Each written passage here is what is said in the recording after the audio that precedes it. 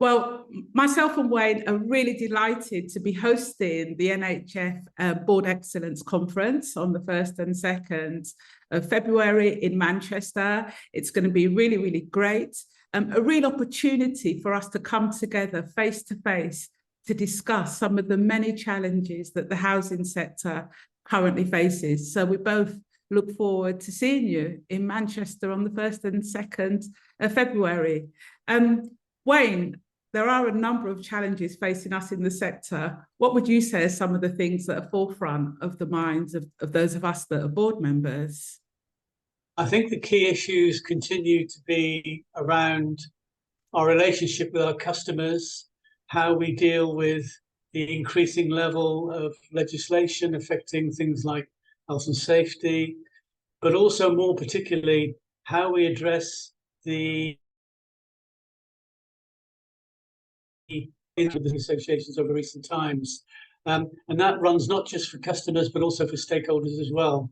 Whether we like it or not, there is a perception strongly out there, I would suggest, that housing associations need to do better, need to be more responsive to their customers, need to be more responsive to their communities. So I think that's a big challenge for the sector, which we really have to grapple with.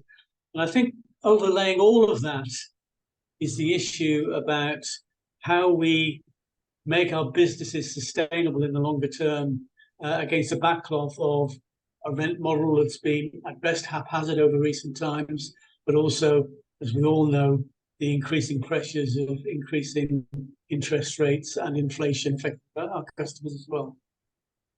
Yeah, I really agree with you, Wayne. I think the one about customer is so important, and the regulator and the housing ombudsman are going to be, really holding our feet to the fire this year. And the one about finances, there'll be a real push or stretch on financial capacity of housing associations as we do all of this investment in our homes. And, for some of us, we've got homes stretching back over 100 years, but actually there's all of this other stuff that we have to do as well.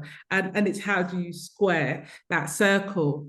And as you were talking, I was thinking about the customer and that 7.7% rent increase that many associations will be passing on to the customer. Well, it's a difficult time, and I think customers will be asking of us, well, what's going to be different? If my rent's going up 7.7%, what's going to be different? And I think there'll be a challenge for those of us in the boardroom to work with the exec to see what else we can do beyond some of the obvious ones like health and safety, building regulations, etc. So those are some things that certainly were on my mind. I think also, I agree with that, Pamela. I think going into the election period, it strikes me as well that in addition to all of those issues about how we need to support residents, what we can do to help them deal with the continuing problems of the cost of living crisis, there's also, I think, an issue about hope. What hope can we give to those who are suffering with homelessness? What hope can we give to people that we are a realistic solution? And that's a message to government, it seems to me. We've got a situation right now where government clearly is looking at the housing picture, but it is yet to really give us positive news or positive leads on what the funding support might look like. And I think our response to that has got to be to set out that we're dealing with, through our offices, housing associations up and down the country, literally the thousands of people who are looking for some sort of hope of a secure and sustainable home in a community that they can create a home in. I think you're absolutely spot on. I was reading earlier on, I think it was a figure that I saw, the National Housing Federation, I think 8.5 million people out there have got some form of unmet housing needs. And that's a lot of people. And I think you're right, Wayne. You and I have been in the sector for a long, long time. And, you will remember when there was government funding. So actually we could address the issue of supply. We've seen that funding shrink and shrink and shrink. So in many ways, we're expected to do all of the investment, totally understood. but also, have this huge pipeline of supply. And it's very, very, very difficult for us. So I do think whichever government is in power come the autumn, there will have to be a really hard conversation about how they fund the sector. As I've often said, you can only spend your pound once. And now we're being expected to spend that pound very, very, more than once. What would be your wish then? Any other wishes for the new government coming in? Anything else you think the sector should be pressing them to do or don't do? I don't think. I mean, I do think the major issue is about. It's about a mindset, really. It's about what investment in housing can do. And when I got involved in it, you're right, I've been in it a long time, this sector, we actually spoke about people having a right to an affordable home. You don't hear too much about that these days. The concept of somebody having a right to a home has become very much diluted over recent times. I'd like to sort of make the point that all the roads that make up a successful society lead back to a home. The idea of people being able to create an environment in which they can raise their family, find a job, put down roots, is a fundamental building block, I think, of what successful communities look like. And we can play a huge part of that in partnership with government with the right sort of funding.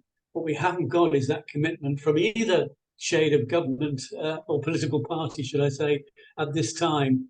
And I'd hope that coming out of this conference, we could start to build a consensus around our colleagues to press for those sorts of levels of support moving forward.